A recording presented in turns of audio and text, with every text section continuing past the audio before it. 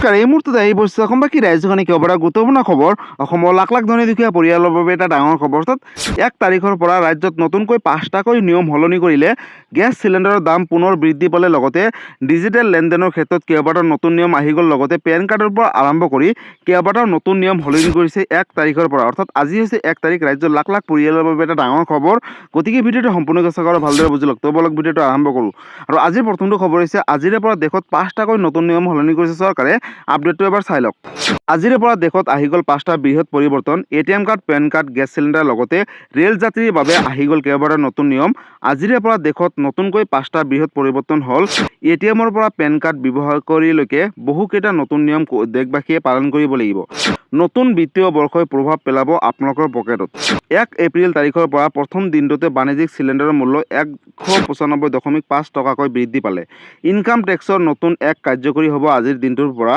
কৰ্মচাৰী টেক্স আৰু দৰমহাৰ ক্ষেত্ৰত আহিব বৃহৎ পৰিৱৰ্তন বুলি ঘোষণা কৰিছে। লগতে পেন কাৰ্ডক লৈও আজিৰে পৰা সলনি হ'ব বহুকেইটা নতুন নিয়ম। HDFC বেংকৰ পৰা আৰম্ভ কৰি PNB, বন্ধন বেংকৰ এটিএম ব্যৱহাৰকাৰীসকলৰ বাবেও আছে কেইবাটাও নতুন নিয়ম। UPI উইথড্ৰলৰ গণনা হ'ব এতিয়াৰে পৰা লেনদেনৰ ক্ষেত্ৰত। প্ৰতিটো লেনদেনত 23 টকাকৈ পৰ্যন্ত শুল্ক লগাব সম্ভাৱনা দেখিব পোৱা গৈছে এতিয়াৰে পৰা। বন্ধন বেংকৰ গ্ৰাহকসকলেও এটিএমৰ পৰা জৰিয়তে লেনদেনৰ ক্ষেত্ৰত কেইবাটাও নতুন নিয়ম সলনি কৰিছে। 3বাৰকৈ অধিক লেনদেন কৰিলে 23 টকাকৈ শুল্ক দিব লাগিব এতিয়াৰে পৰা।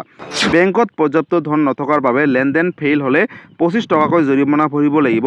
পেন কাৰ্ডৰ ক্ষেত্ৰতো আজিৰে পৰা সলনি হ'ব বহুকেইটা নতুন নিয়ম। পেন কাৰ্ড আপডেট বা নতুন পেন কাৰ্ড আবেদনৰ বাবে আধাৰ কাৰ্ড নহ'ব এতিয়াৰে পৰা পৰ্যাপ্ত ডকুমেণ্টছ। আবেদনকাৰীয়ে দিব লাগিব বহুকেইটা নথিপত্ৰ। অৰ্থাৎ পূৰ্বৰ দৰে নহয়, এতিয়াৰ পৰা বহুকেইটা নিয়ম চেঞ্জ কৰিলে। ৰেল যাত্ৰীৰ বাবে ৰেলৰ টিকট কৰাৰ ক্ষেত্ৰতো প্ৰয়োজন হ'ব কেইবাটাও নিয়ম। কনফাৰ্মেশ্যন হৈ থকা টিকেট কেঞ্চেল কৰিবৰ বাবে সন্মুখীন হ'ব সমস্যাৰ। যাত্ৰীয়ে ভৰিব লগা হ'ব পাৰে অধিক ধন। ডিজিটেল লেনদেনত আহি গ'ল বৃহৎ পৰিৱৰ্তন। অৰ্থাৎ 1 এপ্ৰিল তাৰিখৰ পৰা কেইবাটাও নতুন নিয়ম সলনি কৰিছে। অনলাইনৰ লেনদেনত আহি গ'ল এটা ডাঙৰ পৰিৱৰ্তন। এতিয়াৰে পৰা কেৱল এটা পিন দিলেই নহ'ব পে'মেণ্ট। পূৰ্বৰ দৰে নহয়, প্ৰতিটো ডিজিটেল পে'মেণ্টৰ বাবে লাগিব এতিয়াৰে পৰা 2টা স্তৰৰ প্ৰমাণীকৰণ। পিন চুৰি হ'লেও OTP বা বায়'মেট্ৰিক অবিহনে উলিয়াব নোৱাৰিব টকা। পিনৰ লগতে বাধ্যতামূলক হ'ব OTP বা আঙুলিৰ ছাপ এতিয়াৰে পৰা বুলি ঘোষণা কৰিছে। লগতে অনলাইন জালিয়াতি আৰু হেকিং ৰোধিবলৈ RBI কঠোৰ পদক্ষেপ গ্ৰহণ কৰিছে। এতিয়াৰে পৰা পে'মেণ্টৰ বাবে বাছি ল'ব পাৰিব নিজৰ পচন্দৰ সুৰক্ষা বিকল্প। ঘৰুৱা লেনদেনৰ ক্ষেত্ৰত আজিৰে পৰা বলৱৎ হ'ব কেইবাটাও নতুন নিয়ম। ডিজিটেল লেনদেন কৰোঁতে সাৱধান থাকক আৰু ধন সুৰক্ষিত ৰাখক। গতিকে ৰাজ্যৰ লাখ লাখ দুখীয়া দৰিদ্ৰ আৰু মধ্যবিত্ত পৰিয়ালৰ বাবে কেইবাটাও ডাঙৰ খবৰ।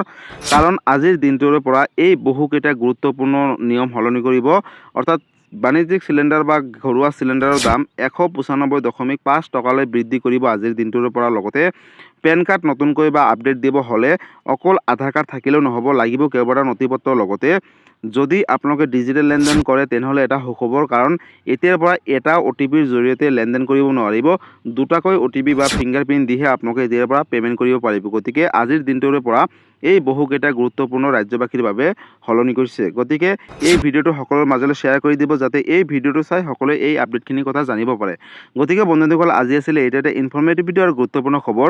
ভিডিঅ'টো চাই কেনেকুৱা পালে? যদি ভাল পালে চেনেলটো নতুনকৈ আহিছে, চেনেলটো ছাবস্ক্ৰাইব কৰিব, লাইক কৰিব। কিবা সুধিবলগীয়া বা জানিবলগীয়া আছে আপোনালোকে মোক কমেণ্ট কৰি জনাব, মই নিশ্চয় ৰিপ্লাই দিবলৈ চেষ্টা কৰিম। লগতে এই ভিডিঅ'টো সকলোৰে মাজলৈ শ্বেয়াৰ কৰি দিব। ধন্যবাদ। জয় আই অসম।